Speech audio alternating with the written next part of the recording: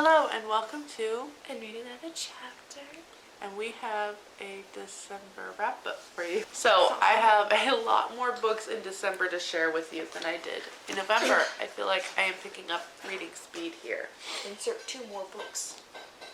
So we have a lot to talk about. We're going to get started on this so that this video doesn't end up being 4 hours long.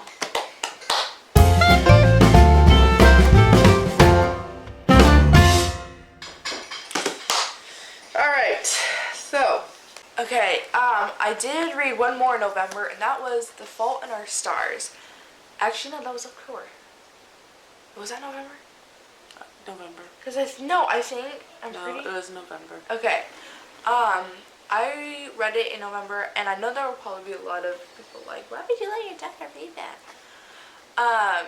It was actually a really, really good book. I did skip over 2 scenes. And that you knew were coming. Yeah, because I had watched the movie and there were scenes that we skipped. But overall, it was a really, really good book. It made me cry. Dude, I finished it in one day. Alright, the first book that I am going to talk to you about is Armor of God by Alan Broken. And this is the 4th book in a series. Now, I was sent this in exchange for my review, and I want to say that I would not start with the 4th book. Well, sometimes you can, but in this case, don't. I could follow along, but having the first 3 would really, really be more beneficial. And it's not an allegory, but you definitely have more of a aspect of dark versus light, evil versus good, and they are trying to rescue their father, and in this we have the battle for the armor of God and its power it possesses. So I think it has the potential of being a really great series that kids will enjoy. I just want to read the first 3 before I have a more so I can give a more accurate review on that. Okay. I read the 3rd book of Cupid Velocities. It just gets better and better. This is Everblaze. This is when Sophie tries to, it may be weird, but she tries to get into the mind of someone because that's her ability. She can read other people's minds. She can try to whatever. And so she's trying to do this for someone who has a broken mind, they say. And as she's doing this, this guy sets this fire, which is called Everblaze, and it just destroys everything. So she and whoever was in there escaped, but 2 people, which was Fenton, who she was trying to do.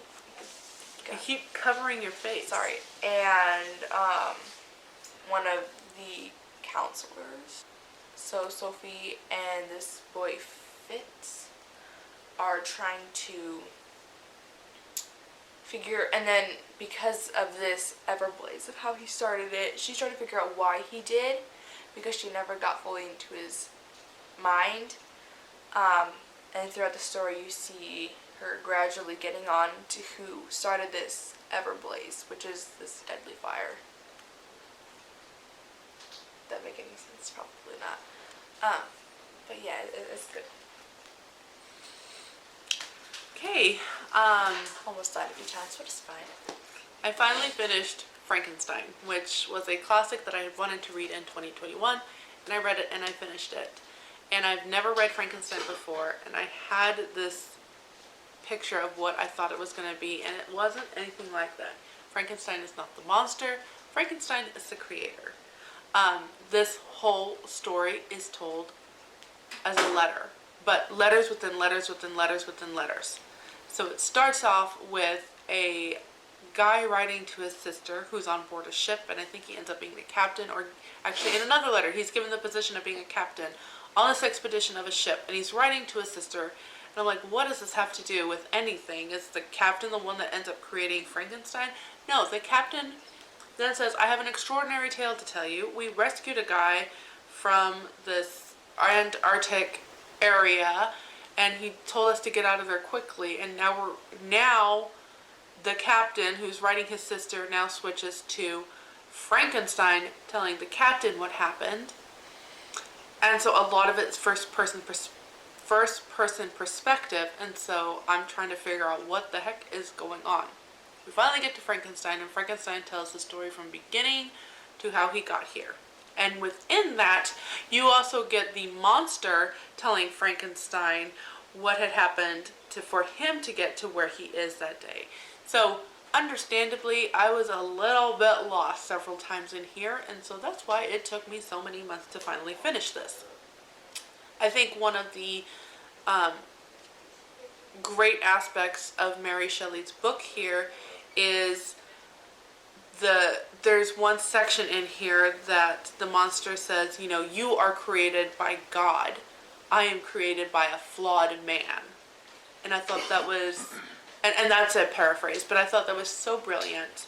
And it really made me think of a lot of the AI issues that we're having today, artificial intelligence, and just, you know, exactly what value do we put on life because we have created it, or because it is created by God, a perfect creator, and we're a flawed man. So I thought that was really interesting, and I needed to read this and finish it quickly because another book that I was sent to review is Lost in Darkness by Michelle Greep, and you're welcome, Mom, or thank you, Mom.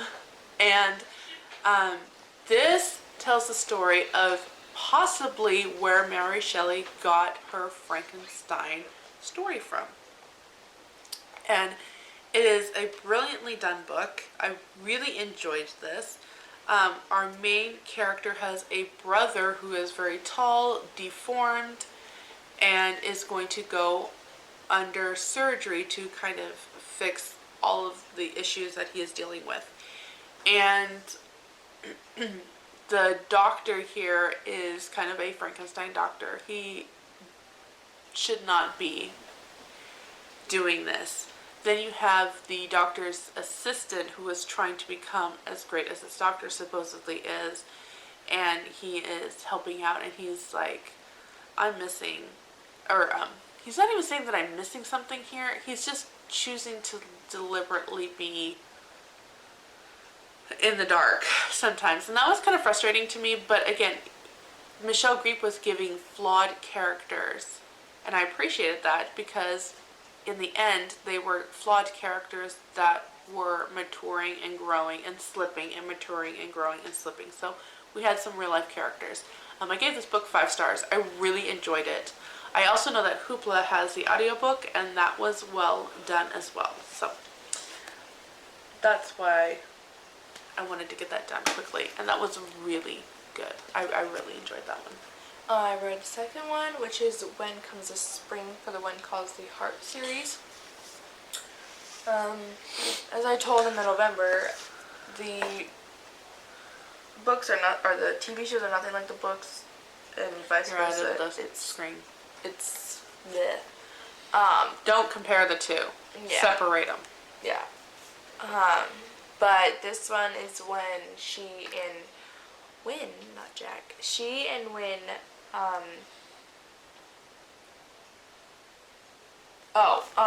sorry, Elizabeth and Win get married, and then they move, I think it's more, they move more north now. So now they are in a new environment, and Elizabeth has trouble making friends, and through her troublemaking, Through all the troubles. Yeah, Guys, can you close the door?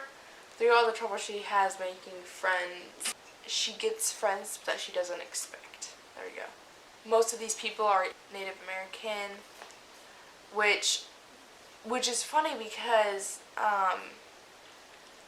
in the movies of the Love Comes Softly, the second no, the third one, it has the more Native American and a guy named Ian McLean. Like, the McLeans are in that one, so they had switched the two.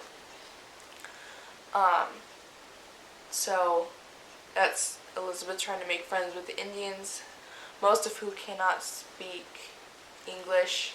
Sorry.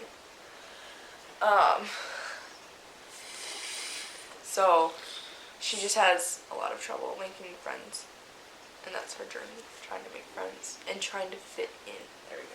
Trying to fit in life. All right. I finally finished this book that I began in April. This is Lincoln, a photo biography. And this won the Newbery in the year I was born, 1988, which is kind of ironic since Lincoln is not my favorite president. I know he's definitely one of the lower ones on my end, which is controversial in and of itself. But I thought this was really well done. A lot of biographies of Lincoln tend to praise him so high that the man could do no wrong, which is completely opposite, or they have a completely opposite view in the sense that the man could do no right. And there is a balance of who he was and what he tried to do and what he accomplished and all of this stuff. There has to be a balance, and I thought that this book did a really good basic outline of who Abraham Lincoln was, how he viewed the black race, how the slaves didn't even come into the picture of the war until like the third year, and even then it was only the South slaves that had the Emancipation Proclamation. Like, there's just so much that we don't talk about that this book did a great outline with, and I really appreciated that. So I will definitely keep this on my shelf. I did not expect to have that outlook on it, but I am very pleasantly surprised and happy with this book, and I think I gave it 4.5 stars. I read Harry Potter.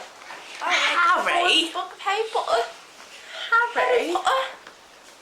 Actually, was this December? Yeah, it was December. This is when the Tri-Winner Tournament is about to commence. Yes, and we don't want to share too much because they're spoilers. But in this Tri-Wizard Tournament, Can you use the back door? you are only allowed 17 years and up. Only 17 years and up, and somehow Harry has been entered. And there's only a certain way he can be entered, and people are trying to figure out why he was entered at such a young age. He wasn't supposed to be entered.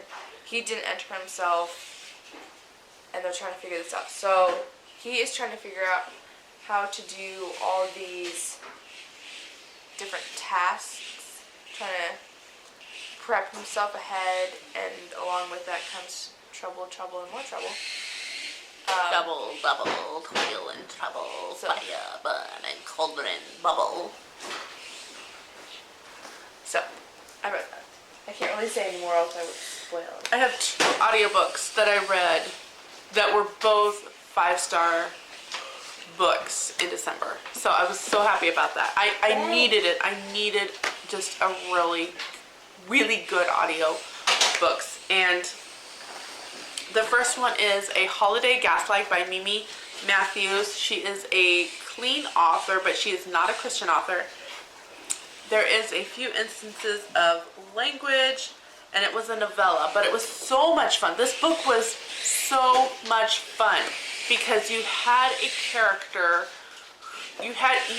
just so much about this book has elements from our favorite novels, movies, whatever. So you had little bits of like Pride and Prejudice and North and South and Persuasion and Sense and Sensibility. I loved this book so much. There was a scene, and I just busted out laughing because it was so much Lucas, Mr. Lucas, I can't think of his first name, at the ball. It was just so much him, and it was so enjoyable. So there's a lot of that weaved into the story. The whole story is about this girl who decides to break off her engagement with a man she just doesn't think that they are compatible. There's no love. She wants something more. And so it is a romance novel, but you are getting the romance kind of as it's already began. So I really loved that one. It was so much fun, and we go from town to the country, and it's just, there was a lot of fun. There was a little bit, I don't want to say steamy, it wasn't steamy at all, but a little more romantic than I normally read. But it's still clean. Like, there wasn't even dancing on the line. It just moved closer to the line to dance on, but it never crossed. It never got on the dancing line. I don't know how well I am describing it, but I loved that, and the narrator was phenomenal. That was a phenomenal narrator. If you like Richard Armitage, who played John Thornton in North and South, and who reads the Hercule Poirot audiobooks on Amazon right now, and he's doing phenomenal on those, then you'll like this guy. He's not Richard Armitage, but he has a great voice like that. I don't know if I'm doing that right. Anyway, I really enjoyed that. The other book I read was Once Upon a Wardrobe by Patty Callahan, and I did not like her Becoming Mrs. Lewis as much. I really liked this book. This book tells the story of a girl who is in Oxford, whose brother is dying, but whose brother loves the Narnia books, and he wants his sister, who attends Oxford, where C.S. Lewis goes, to figure out where he got the story, how he found out this was, how he found Narnia, how he came up with this. And there's the essence of it could possibly be true, but he still approaches it as a story. And isn't that the brilliance of Narnia, that there's that essence of it could possibly be true, but it's not, but there's that little bit. And so Patty Callahan really nailed that aspect of it. And what Patty does, what is John doing? Okay, as long as he stays in the yard. What Patty does is we get C.S. Lewis's story as he is basically telling his story to this girl, and I don't even remember her name. It's going to come to me like that. Megs, yes. C.S. Lewis is telling Megs his story, and Megs is writing it down and then coming home and reading it to her brother. And it's really beautiful. It was so well done. I loved it. I laughed, I cried, it moved me, Bob. So definitely 5 stars. That's one I would like to own one day, but it is available on Hoopla if you want to borrow it and read it. I read another Mary Connelly, I think. The people say Connelly or Connolly. I'm gonna say Connelly. Mary Connelly. That's how I knew it. And that was Brothers. Oh wait, that's the series. This one is Braced for Love. This is the first book in the Brothers in Arms series. It was pretty good. I did give it 3 stars. The more you liked it, but it wasn't amazing. Yeah. It'd probably be more of a 4-star. But this is Kevin, the main character dude, and I can't even remember the girl's name. It was a weird one, but they called her Win as a nickname. Winifred? Yeah, Winifred. That's what. No. Yeah, I think it was Winifred. But they called her name. Win. They called her Win for short. And Kevin happens upon her house with a bunch of other guys he's with, and then his sister he's with, because they're they get to this house, and Thank you. they're trying to figure out what to do next. Wynn and Kevin kind of start falling in love, and you know how it goes. It's much. Mary Yeah. Connolly. It's a Mary Connolly book. You There's know what to love expect. involved. There's, we can't have this. We must do this. We must get married. I can't get married. I don't know. Maybe. Sure. Why not?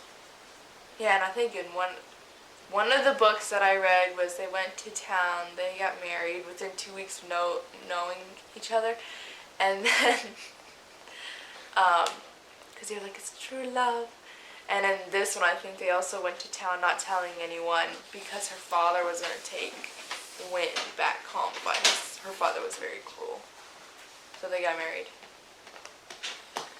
So the next one I did was Richard Peck, Here Lies the Librarian. This tells the story of a brother and sister that work as mechanic in kind of like this rundown town, and by circumstances the next town, which is a bigger paper, kind of makes fun of this town, and they had a tornado go through, and now they realize there is a need for a librarian, and 4 sophisticated ladies show up to become a librarian. And it's a hilarious story, like Richard Peck. You know, you've got your rich class and your lower class. Like, he keeps bringing that in, the city folk and the country folk. And basically, this is kind of a story about this redheaded girl. I know she's redheaded. I know it's Pee-wee, but what is the name of her? Eleanor. I was close. Eleanor basically kind of transformed herself, and I think that's why I like it a little bit. It has a little bit of found treasure in it, where Euphemia has a transformation, but not a complete change for who she is. She still is a spitfire. She still is a tomboy, but she is more feminine about it. And Pee-wee, Eleanor, is kind of the same transformation. And this kind of tells the story of the first Indy 500, which is very much fun. I had no idea when I picked this up that it had like Indiana history in it, which was even more fun, and I really enjoyed it. And I think I gave that one, yeah, that one was 4 stars as well. I don't remember the scandalous thing that he always puts in here in this one. I don't remember what it was. Another one that I read was Court of Swans. I don't know why everyone was giving this book such low rating, but it was amazing. I loved it so much. This is about... Yeah, and you were hesitant to read it because of that. Yeah, because of everyone. And it was literally like the fairy tale retelling books that I love. It was amazing. But this is the story of Delia and her 5 or 6 brothers, I can't remember, who are accused of killing this one person who she didn't, because they were with her when her father had died. But so Delia is trying to get them so they do not get hanged for what they have done, and the king What they have not done. Yeah, what they have done. And the king here is like 12 years old. I can't remember what king it was. It was King Josiah? No. So he is trying to figure out stuff, but with this guy Delia meets, his uncle works for the king, but he is trying to make Delia's brothers get hanged for some reason. And Delia has a stepmother, and Delia is saying that her stepmother had also done this plot, or had come up with this plot, and was having people help her with it, because she is the evil stepmother. And so as Delia is trying to get her brothers freed, she meets this guy, I can't remember his name. Jeffrey. That's what it was. Jeffrey. Sir Jeffrey. And he helps her, and they fall in love, and then they get married, and they save their brothers. and blah, blah, blah, blah, blah. But there was one part where there was another guy going after her, but he was being a little, he was trying to harass her Okay. in a way. And so Wrap it up. Jeffrey had, warned her about this. But that was like the only part that, Get a little risque. yeah. But that was so good. How many stars? That was 5. Alright. Annie Mary. That's not Mary. Melanie Dickerson. Melanie Dickerson. Alright. The next book that I have read was another True Colors crime mystery, and I'm really loving these. This one is about the first American serial killer, H.H. Holmes, and the Devil in the White City, right? So, Chicago World Fair, this masterpiece of a hotel, which was more of a horrific killing spree crime. Word to the wise, do not look him up on Wikipedia after reading this if it's late at night. Especially if you have vivid imagination and wild dreams. Do not recommend that. But I really enjoyed the story. However, it wasn't my favorite true crimes book. However, I believe this is her debut novel. Grace Hitchcock is the author of 3 novellas. The White City is her debut novel. Yes, and I think she's going to be like a really good writer, and I want to read more from her. She did a really good job as a debut novelist, and I think she really has the potential for a great writing. The romance in here, you do have more of an infatuation at first between... Do you need to practice right now? You have more of an... So, with this book, Hitchcock, which... Can we just, that's awesome. She is writing true crime with the last name of Hitchcock. It's funny. It's awesome. With this book, the author, I think, put a little bit of Catherine Moore in here from Northanger Abbey. I think our main character has not so much the gothic desire aspect of it. She's more of the crime. She wants to be the crime solving. She sees crime at every corner. She wants to be in the thick of it. She wants to be in that. She romanticizes it. That's what I'm trying to get at. And I think that's one of the things that I really liked about this book was that our main character Winifred, has a lot of this romanticism ideals, and kind of is, she's not a playboy isn't the right word. She's not a flirt, but she is kind of a realist in the sense of she needs to marry well, but she kind of plays with what that could look like with different characters. And I think that is one of the things that kind of perturbed me about her. And I can understand why she did both. So it was an understandable thing, but it was like, you got to see the struggles of these women during this time when you were expected to marry well. You had to follow your father's authority in who to marry, and you're kind of stuck right now between what your heart desires and what is practical, and could you lead your heart into loving this other character. So there's a little bit of that in here. And the more I'm talking about it and thinking about it, I'm like, actually, she did that really well. You know, I didn't think of it in that aspect. I was thinking more of in a, can you just make up your mind woman? But in a sense, you're kind of thrown into, Johnny, I need you to be careful and quiet, okay? I have a lot of clumping going on.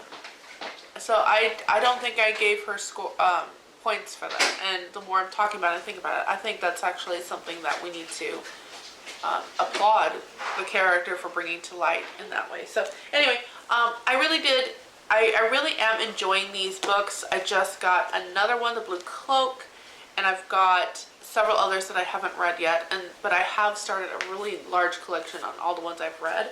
So if you have the opportunity to pick these up, I know also Book Outlet has them from time to time. I would grab them and I would start reading them.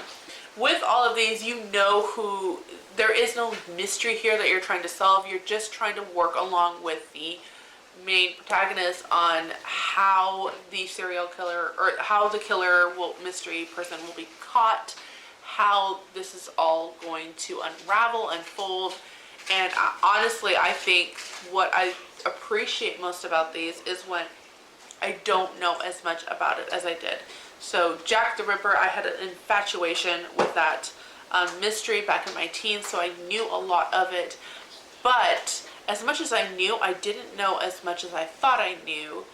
And so when I was reading about the girl going after the black something, I still ended up learning something from it. But it wasn't as much of a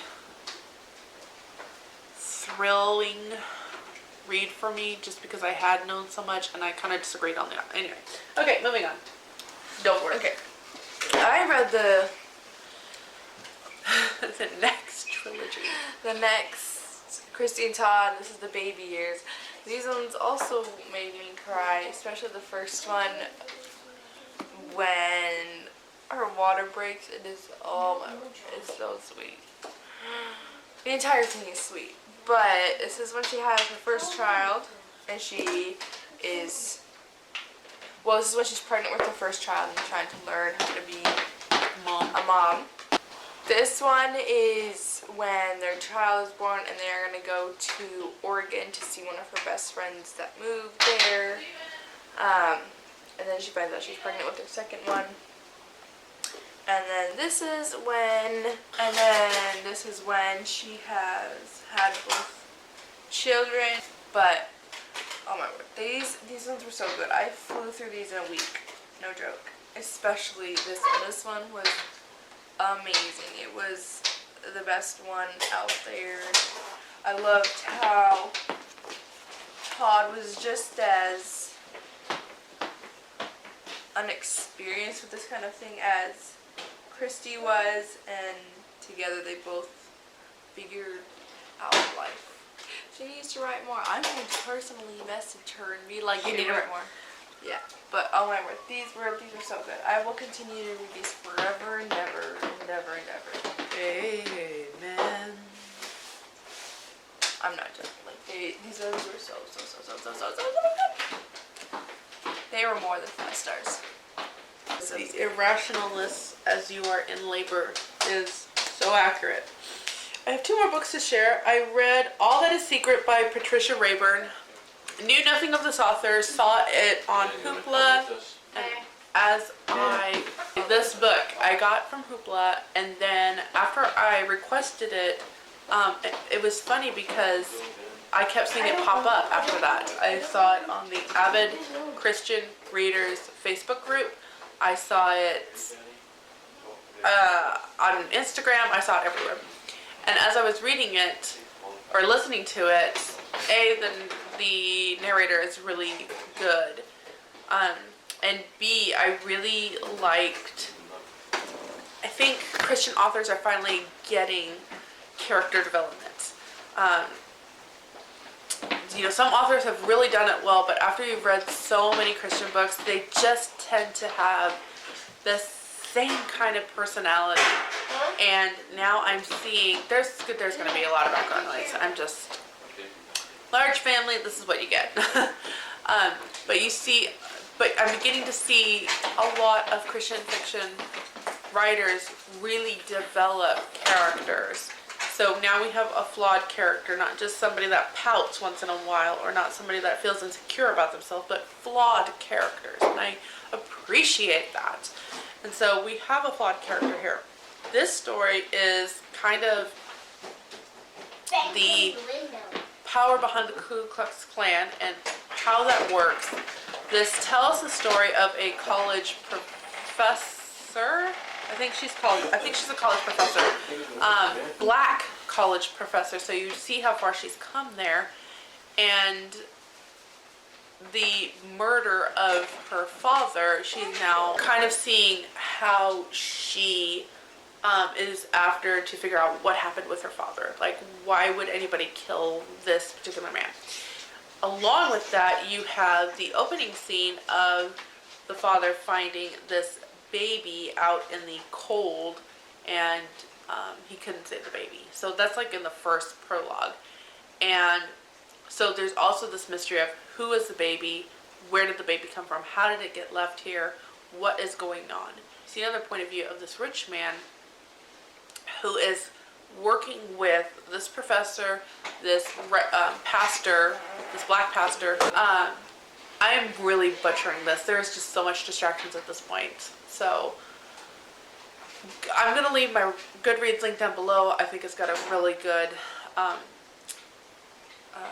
review that I wanted to do here. I just wanted to kind of put like my personal touches on it, that I really enjoyed this book. It is now becoming a series. Like, you're going to see more of this character kind of solve more things. The thing that I didn't like about this character is that she can be such an idiot sometimes. She has no thought other than, I'm going to do what I want to do, and that puts her in danger, that puts other people in danger. And it's not that it was just that, but she doesn't really have any repentance over it. Her ends justifies the means. And I think that was just a little frustrating for me. Like, it wasn't just once, it was a constant thing. So I knew what was going to happen because she does what she wants to do, and it just plays a lot of parts. So that was kind of a frustrating thing about her for me. Finding Langston, this is the first one. And then leaving Lyman, we had to take back to the library. This needs to go back to the library. Like, these are like a week overdue, more than a week overdue, 2 weeks overdue. So 1000. Need to get them back, poor library. Just a point out, I have seen so many people talking about these books, especially during Middle Grade March, and so many people raving about them, and I have had them in my Amazon cart for at least 2 years, more like 3. And I finally asked my librarian if she would consider putting this on the request so that our library would get them. And I explained what I knew about them, how a library transforms this boy. And that's pretty much all I knew about this, other than it is a black perspective. So I was like, would you consider it? She's like, you know what? I'm actually making the list of books to order. Let me put it on there. And she did. And it took, I think, a couple of months before it was actually on our shelves. So, because of how the system works. So, all of that to say, if you have a book that you're interested in, ask your library if they will request it. So, I'm trying to make sure that I check these out and just let more people know about them.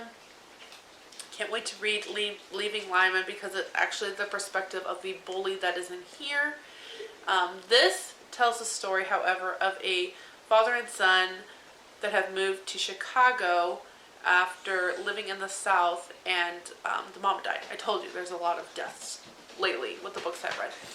And dad is just not dealing with it very well. He's also working late and really tired. This is during the Great Depression, I believe, the 30s. And so there's a lot of that involved. And Langston has more of a difficulty adjusting to his school. He's being picked on. He's kind of quiet. His father is like, don't make any trouble. Just stay out of it. Walk away. And so that's what he does. And he stumbles across a library, and he just falls in love with this library. The library is open to the black public, so he's able to attend, he's able to check out books, and he has kind of almost a, again, Secondhand Lions transformation of just a scary little boy that kind of builds himself up and picks himself up, and it's just beautiful to see. Can you tell I really like Secondhand Lions? So I gave this one 5 stars. I really liked it. I really enjoyed it. And I can't wait to read the second one. Oh, that is a wrap up. And there's going to be so much editing to do. There's at least an hour of footage for this December wrap up. I also forgot, there was one other book I read for a review. It was called Eating Healthy God's Way, or Eating God's food. Eating God's Food. And it is kind of a interactive workbook type thing that you would do with your children. I honestly thought this was going to be more of like a vegetarian type of book, but it's not. It's about cutting out the refined sugars and eating the stuff that God has created. The artwork is beautiful, and there is a lot of information about the types of food you eat. And I would probably put it at a younger group age, maybe 8 to 11. I don't think I would do much higher than that. Excuse me, even some of my kids, I would have to say, like my third son, I think at 10, 11, it would feel kind of dumbed down for him. But for my other son, and even for this one, it wouldn't have felt that way. So I think it just depends on the personality of the kid, that you just have some that are, it's not an intelligent thing. It's just more, or even a mature thing. It's kind of hard to describe. Like by the third child, they have all of the information that has been collecting from the older two. So there's less depth that you need to go into. And so that's why I think that it would feel. I did read that. I did give it 4 stars. Again, everything is linked down below if you want to look more into it. So those are the books that we read. There's a lot. It is January. I have finished one short book. 2.